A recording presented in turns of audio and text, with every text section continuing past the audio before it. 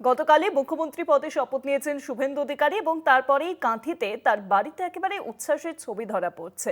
কাঁথি জুড়ে ইতিমধ্যেই মানুষের যে উচ্ছ্বাস, সেই ছবি দেখবো। এখন সরাসরি রয়েছেন প্রতিনিধি সমীরণ সাউ। সমীরণকে বলবো সেই ছবিটা তুলে ধরতে দর্শকদের জন্য।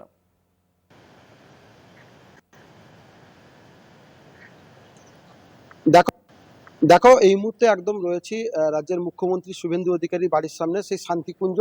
এই শান্তিকুঞ্জর সামনেই কিন্তু আমরা রয়েছি। এই শান্তিকুঞ্জের সামনে গতকাল রাত্রে প্রায় 2টোর সময় রাজ্যের মুখ্যমন্ত্রী শুভেন্দু অধিকারী তিনি আসেন।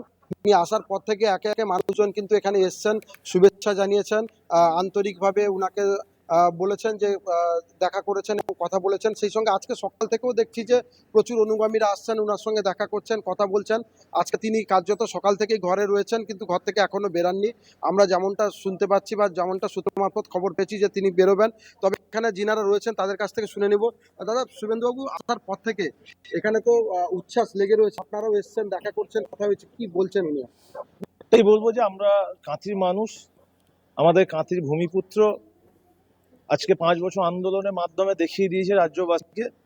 তার ফলে আমরা 5 বছরের শেষে 2026 বিধানসভা নির্বাচনে আমাদের কাঁথির ভূমিপুত্র মুখ্যমন্ত্রী হয়েছেন।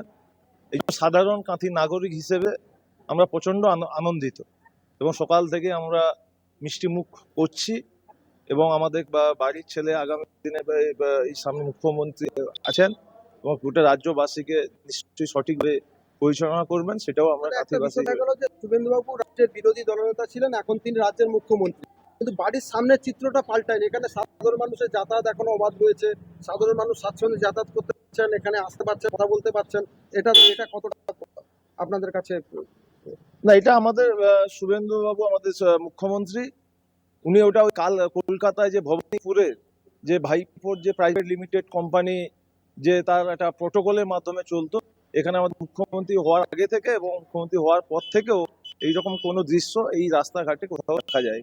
এখানে আগে সাধারণ মানুষের সঙ্গে উনার একটি আর্থিক সম্পর্ক ছিল, মুখ্যমন্ত্রী হওয়ার পরেও সেইভাবে সম্পর্ক রয়েছে সাধারণ মানুষদের সঙ্গে।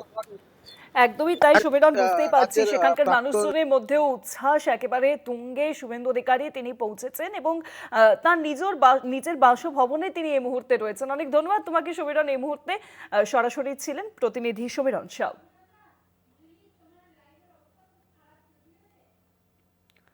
গতকালই মুখ্যমন্ত্রী পদে শপথ নিয়েছেন শুভেন্দু অধিকারী।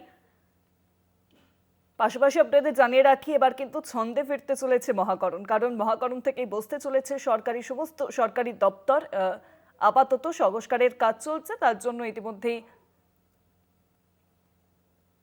নবান্নে কালকে রয়েছে একটি উচ্চ পর্যায়ের বৈঠক মন্ত্রিসভার, এবং আগামীকাল কারা কারা কোন দপ্তরের মন্ত্রী হচ্ছেন সেই বিষয়ে কিন্তু আরো স্পষ্টত জানা যাবে।